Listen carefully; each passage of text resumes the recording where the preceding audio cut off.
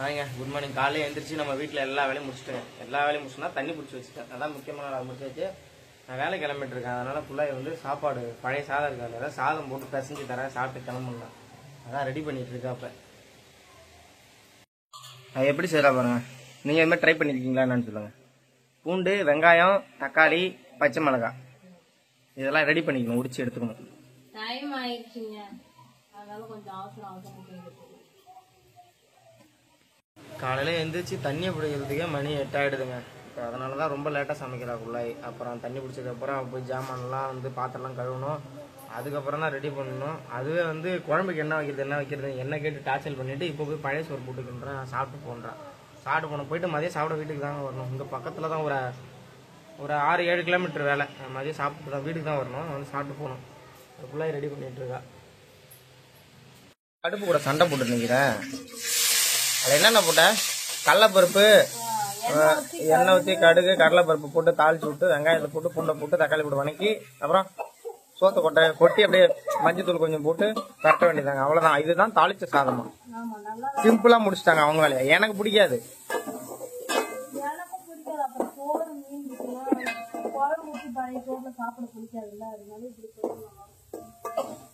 வாரி உள்ள கடாச்சிட்டு டக்குன்னு ஓடுற மாதிரி இருக்கு. என்ன முடிஞ்சுதா? முடிய முதல்ல வெட்டணுங்க. பார்க்க பரதேசமா இருக்கு. இது மேலே வெட்ட முடியாது. எப்படியும் ஒரு 6-7 மாசத்துக்கு வெட்ட முடியாது. நாளைக்கு போயிட்டு இன்னும் நாளைக்கு நைட்டாவது வெட்டிட வேண்டியதான். வெட்டினா என் மூஞ்சி பார்க்க சைக்காதுங்க.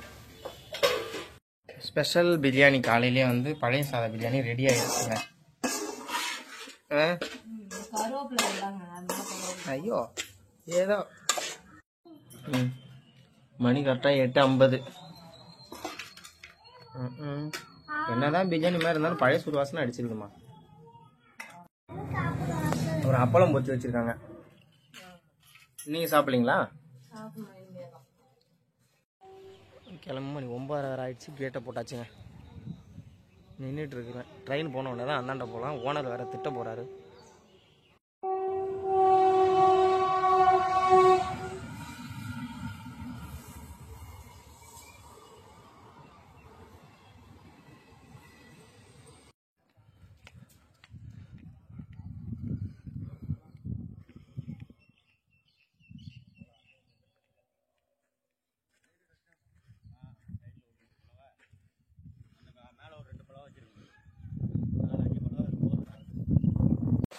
$10 ரொம்ப அதிகமானா இதை கொட்டுறதை எடுத்துட்டு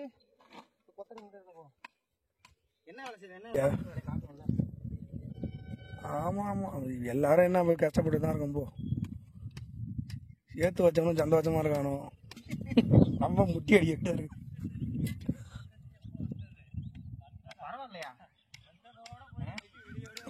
ஏன் பரவாயில்ல, எனக்கு ஒரு நாள் வேலை கொடுத்துருக்கேன்.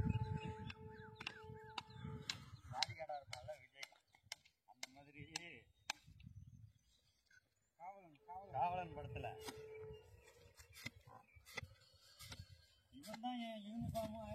மணி 12 ஆயிடுச்சுங்க. நான் கலவை எல்லாம் போட்டு கொடுத்துட்டேன், அள்ளி கொடுத்துட்டு அவங்க பூசிட்டு செல் அடித்து கட்ட சுற்றிட்டு இருக்காங்க. அந்த கேப்பில் நான் சும்மா வீடியோ எடுக்கலான்ட்டு இருந்தானே வந்தேன்.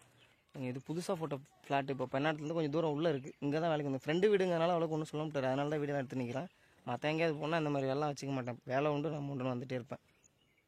மதியம் வீட்டுக்கு தான் சாப்பிட போகணும். ஏன்னா செஞ்சு வச்சுருக்கா, இல்லைனா என்னை செஞ்சுருவா போகலன்னா.